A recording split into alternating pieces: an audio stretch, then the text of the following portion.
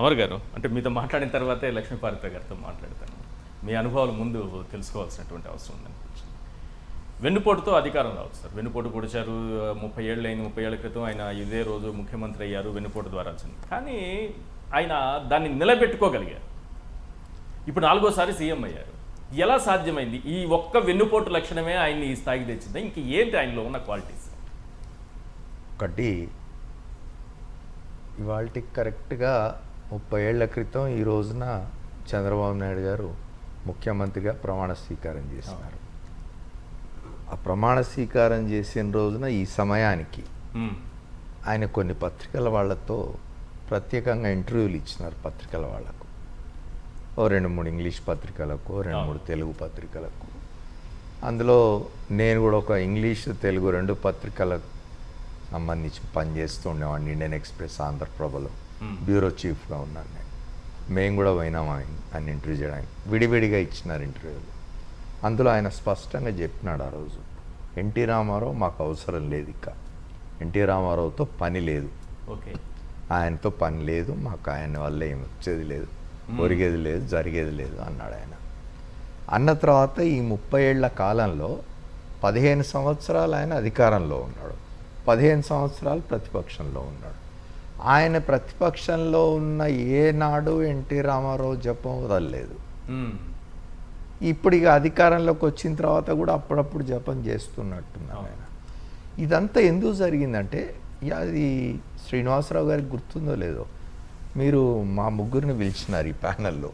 అప్పుడు మేము ఇద్దరం రిపోర్టింగ్లో ఉన్నాం. వారు సరే ఎన్టీ రామారావు గారి ధర్మపత్నిగా ఆయన ఇంట్లోనే ఉన్నారు. నేను 3 దారులోనో పుస్తకం రాసినాను. ఇది ఇంగ్లీష్లో, తెలుగులో ఢిల్లీ వాళ్ళు పబ్లిష్ చేసినారు. ఈ బుక్లో నేను దీనికి సంబంధించి ఆ 9 రోజులు ఏం జరిగిందో వైజ్రాయ్లో ప్రతిరోజుది రాసి, 1వ తేదీన ఆయన ప్రమాణ స్వీకారంది కూడా ఒకటి మొత్తం వివరంగా ఈ 9 రోజులు రాసినాను నేను. 2వ రోజు 3వ రోజు ఉదయమే వారు ఇంతకుముందు చెప్పినట్టుగా ఎన్టీ రామారావు ఇంటికి, దగ్గుబాటి ఇంటికి, చంద్రబాబు ఇంటికి చక్కర్లు కొడుతూ ఉండేవాళ్ళం. సరే, చంద్రబాబు ఇంటికి పోవాల్సిన అవసరం లేదంతా వైజ్రాయ్లో ఉంది క్యాంపు. 2వ రోజు 3వ రోజు ఉదయం నేను కొమ్మినేని గారు అనుకోకుండా ఎన్టీఆర్ ఇంటి ముందు తారసపడ్డాం. ఆ బయట గార్డు కూర్చునే చిన్న గది ఉంటుంది. ఆ గదిలో జయప్రకాష్ కూర్చోన్నారు. IAS officer Jayaprakash Narayan, NT Rama Rao గారి సెక్రటరీగా ఉన్నవాడు. ఆయన కూర్చోన్నారు. మేమిద్దరం పోయి ఆయనతో మాట్లాడతాం కదా, ఎవరు కలిసినా కూడా సమాచారం ఏం దొరికినా కూడా వార్త కోసం వెతుకుతుంటాం కదా. మేమిద్దరం ఉన్నాం. ఆయన అన్నట్టున్నారు, ఏమిటండి ఇదేదో ముదిరెట్టుంది అని శ్రీనివాసరావు గారు అంటే, జయప్రకాష్ ఓ మాట అన్నాడు, sir blood is thicker than water. ఎక్కడ పోతారండి మీరు చూడండి, సాయంత్రానికి ఎక్కడ పోతారండి మీరు చూడండి, సాయంత్రానికో రాత్రికో చంద్రబాబు వీళ్ళంతా వచ్చేస్తారు ఎన్టీఆర్ దగ్గరికి అని. ఇది ఎందుకు చెప్తున్నా అంటే, ఎన్టీఆర్కి రాజకీయాలు తెలియదు. ఎన్టీఆర్ రాజకీయ నాయకుడు కాదు. ఆయన రాజకీయ నాయకుడు అంటే అసలు ఇంత దూరం రానిచ్చేవాడు కాదు. ఇంతకుముందు మనం మాట్లాడుకుంటున్నట్టు ఎప్పుడైతే వాసన వచ్చిందో, చంద్రబాబు నాయుడు ఇట్లాంటివో చేస్తున్నాడనే వాసన, వారు ఇంకా టెక్కలి దాకా పోయినారు. టెక్కలి ప్రజల ముంగిట ప్రభుత్వం పేరుతో ఎన్టీ రామారావు మొత్తం క్యాబినెట్ని అక్కడికి తరలించి, బ్యూరోక్రసీని అంతా తరలించి టెక్కలతో స్టార్ట్ చేసినారు. అప్పుడు తమ్మినేని సీతారాం అక్కడ మంత్రిగానో ఎమ్మెల్యేగానో మంత్రిగా ఉన్నట్టున్నారు. అక్కడ జరిగినవి వారు చెప్తున్నారు. ఇప్పుడు డాల్ఫిన్ హోటల్ జరిగిన మీటింగ్ కానీ ఇవన్నీ. కానీ అంతకు ముందే కొద్ది మాసాలుగా ఇదంతా జరుగుతున్నది, ఈ విషయాలన్నీ తెలుసు ఎన్టీ రామారావు. కానీ ఆయన పట్టించుకోలేదు, ఎందుకంటే ఆయన రాజకీయ నాయకుడు కాదు. ఇంకో రాజకీయ నాయకుడు అంటే సింపుల్గా చంద్రబాబుని క్యాబినెట్లోంచి డ్రాప్ చేసి పడేసి ఉంటే ఇంకో 2వ ఎమ్మెల్యే ఆయన వెనకాల ఉండేవాడు కాదు. అది ఎన్టీ రామారావు అట్లా అనుకోలేదు. ఎన్టీ రామారావు ఏమనుకున్నా అంటే, this is my blood is thicker than water అని చెప్పి జయప్రకాష్ నారాయణ అన్నాడు చూడండి. అంటే జయప్రకాష్ నారాయణ లాంటి ఆఫీసర్స్ కూడా అటువంటి ఫీడింగ్ ఇచ్చి ఉండొచ్చు. ఆయనకి ఏం కాదు సార్, వచ్చేస్తారు, మిమ్మల్ని ఏదో ఇబ్బంది, మిమ్మల్ని కొంచెం ప్రెషర్లో పెట్టడానికి మిమ్మల్ని బెదిరించడానికి పోయినారు అంతే తప్ప మిమ్మల్ని కాదని ఎక్కడ పోతారండి. మీ అంత టవరింగ్ ఇవన్నీ జరుగుతూ ఉన్నాయి, రాయబారాలు జరుగుతున్నాయి. బాలకృష్ణ వచ్చిపోతూ ఉన్నాడు, ఓ ముగ్గురు మెంబర్స్, ఓ ముగ్గురు కమిటీ, ఎస్వి సుబ్బారెడ్డి, అశోక్, దేవేందర్ గౌడ్, అశోక్ గజపతి, ఈ ముగ్గురిని పంపించినారు చంద్రబాబు నాయుడు గారు ఎన్టీఆర్ దగ్గరికి. ఇవన్నీ జరుగుతున్న క్రమంలో మేమిద్దరం ఉన్నాం అక్కడ బయట. మా ముందే ఆయన జయప్రకాష్ అన్నారు, blood is thicker than water అండి, వచ్చేస్తారు అన్నాడు. అంటే ఎన్టీ రామారావు కూడా అదే అభిప్రాయంతో ఉన్నారు. ఆయన ఏం జరగదు, వీళ్ళు నన్ను కొంచెం ప్రెషర్ చేయడానికి, ఒత్తిడి చేయడానికి, లక్ష్మీపార్వతి చెప్పిన మాట వినకుండా ఉండడానికి. ఆయన ఎంత విన్నాడో నాకు తెలియదు, ఆమె చెప్పుకుంటారు ఆ విషయం. ఎందుకంటే భార్యాభర్తల మధ్య జరిగేది ఏది నేను మామూలుగా అందరికి చెప్తుంటాను. ఎవరైనా భార్యాభర్తలు ఇద్దరికి విభేదాలు ఏర్పడి వాళ్ళు కొట్లాడుకుంటుంటే మన దగ్గరకు వచ్చి మూడో వ్యక్తిగా చెప్పు అంటే నేను ఒకటే చెప్తాను, భార్యాభర్తల మధ్య జరిగే వాటి గురించి మూడో వ్యక్తి మాట్లాడకూడదు, అది అనవసరమైన ఇది అవుతుంది అని చెప్తాను. కాబట్టి వారితో ఎట్లా ఉండేవారో మనకు తెలియదు, కానీ వీళ్ళు ఒక ఇంప్రెషన్ బయట జనానికి ఇచ్చినారు. ఏమిటి అంటే మీరు చెప్తున్నారు తీవ్రత అంత పసిగట్టలేకపోయారా ఏంటి అని, కానీ వైస్రాయ్ హోటల్ దగ్గర చెప్పులు విసిరేంత తీవ్రత ఎందుకు వచ్చింది? అది తర్వాత కదా, అదే ఆ తర్వాత అది చంద్రబాబుకి తెలిసే జరిగిందా? నేనున్నాను అక్కడ. నేనేం చెప్తున్నానంటే ఇదంతా ముందు 2-3 రోజుల్లో జరిగింది.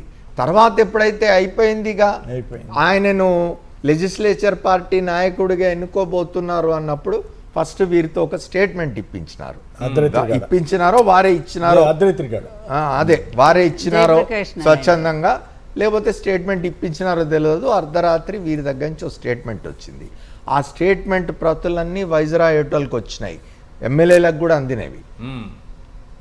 పోనీ నిజంగానే లక్ష్మీపార్వతి ప్రమేయం వల్ల, ఆమె జోక్యం వల్ల ఆమె ఆయనను కీలుబొమ్మని చేసి ఆడిస్తున్నది అనుకోనే బయటికి పోయి ఉంటే, ఆమె ఎప్పుడైతే నేను రాజకీయాలకు దూరంగా ఉంటాను, నేను దేనిలోనూ జోక్యం చేసుకొని అన్నప్పుడైనా ఎన్టీ రామారావు దగ్గరికి వచ్చేయాలి. నిజంగా ఎన్టీ రామారావును అంత అభిమానిస్తూ ఉంటే, అంత గౌరవిస్తూ ఉంటే, అంత ఆరాధిస్తూ ఉంటే, ఇవాళ ఈ 30 ఏళ్లలో ఎన్నిసార్లు విన్నాం ఎన్టీ రామారావు మాకు ఆరాధ్య దైవం అని చెప్పి.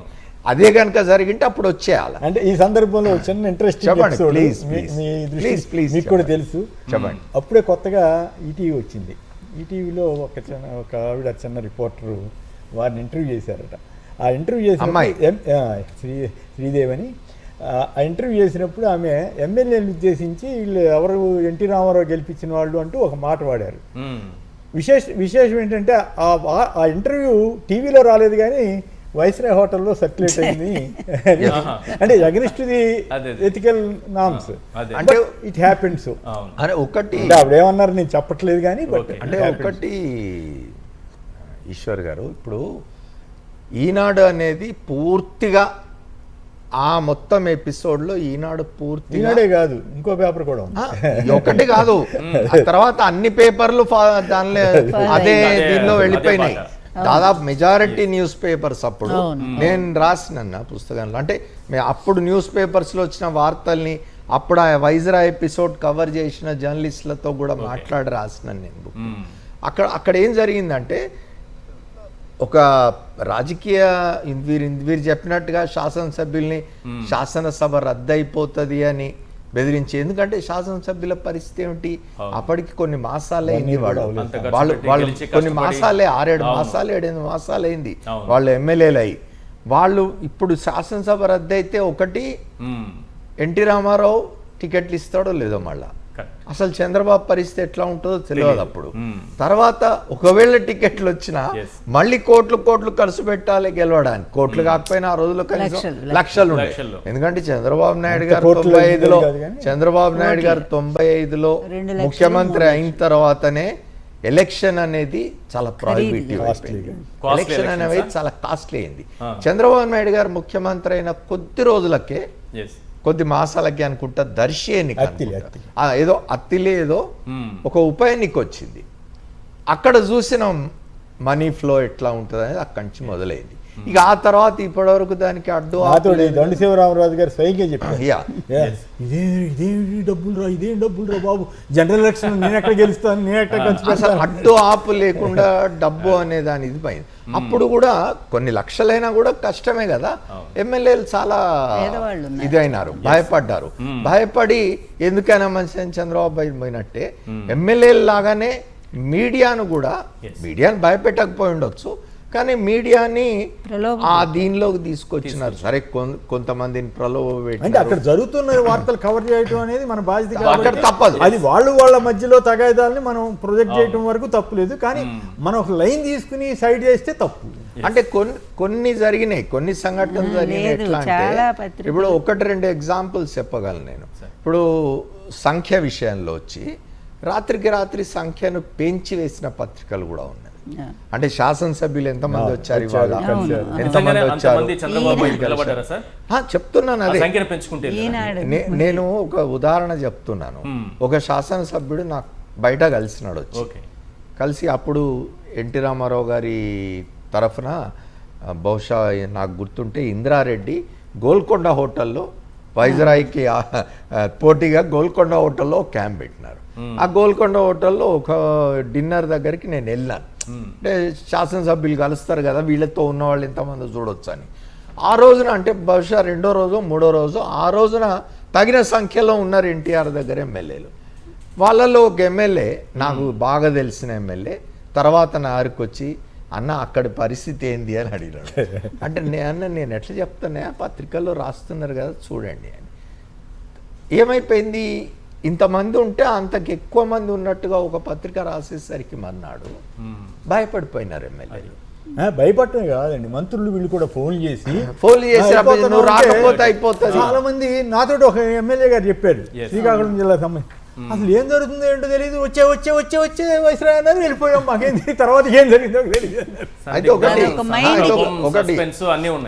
ఒకటి నేనేది ఆ ఎపిసోడ్ వరకు సరే అదంతా జరిగిండొచ్చు, కానీ తర్వాత మీరు అంటే ఎవరమైనా కూడా అనలైజ్ చేయాల్సింది ఏమిటంటే, మళ్ళీ 15 సంవత్సరాలు ఆయన అప్పుడు ముఖ్యమంత్రిగా 9 సంవత్సరాలు ఉన్నాడు, తర్వాత మళ్ళా 10 ఏళ్ళు ప్రతిపక్షంలో ఉన్నాడు. 10 ఏళ్ల ప్రతిపక్షం తర్వాత మళ్ళీ ఒక 5 సంవత్సరాలు ముఖ్యమంత్రి, మళ్ళీ 5 ఏళ్ళు ప్రతిపక్షం, మళ్ళీ ఇప్పుడు 1 సంవత్సరం పైగా ముఖ్యమంత్రి ఉన్నారు. ఇంకో 4 ఏళ్ళు ఉంటాడు ఆయన. అంటే మధ్యలో ఆయన ఏమన్నా నిర్ణయం తీసుకోకపోతే కొడుకును ముఖ్యమంత్రి చేయాలని ఉంటాడు. దాన్ని విశ్లేషించాలి ఎవరైనా. ఎందుకంటే ఇంత సుదీర్ఘ కాలం ఒక ప్రాంతీయ పార్టీ అందున ఇటువంటి నిజానికి 2004లో ఓడిపోయిన తర్వాత అప్పుడు వచ్చింది అక్కడ రాజశేఖర్ రెడ్డి ముఖ్యమంత్రిగా. రాజశేఖర్ రెడ్డి ముఖ్యమంత్రి అయిన తర్వాత అసలు రాజశేఖర్ రెడ్డి గారు జీవించి ఉంటే, ఆయన 2వ టర్మ్ 2009లో ఎన్నికైన 3 మాసాలకే దురదృష్టవశాత్తు మరణించినారు. కానీ ఆయన జీవించి ఆ టర్మ్ మొత్తం ఉండింటే చంద్రబాబు ఆయన రాజకీయ పరిస్థితి, ఆయన రాజకీయ భవిష్యత్తు లేదా ఆయన పార్టీ భవిష్యత్తు ఎట్లా ఉండేదో ఊహించలేము మనం. అంటే అన్ని కలిసి వచ్చినాయి, కలిసి రావడం వల్ల తర్వాత ఒక ప్రాంతీయ పార్టీ ఇన్ని సంవత్సరాలు అధికారంలో లేకున్నా నెగ్గుకు రావడం. ఎందుకంటే అది కారణం media. Most of this thing goes to media.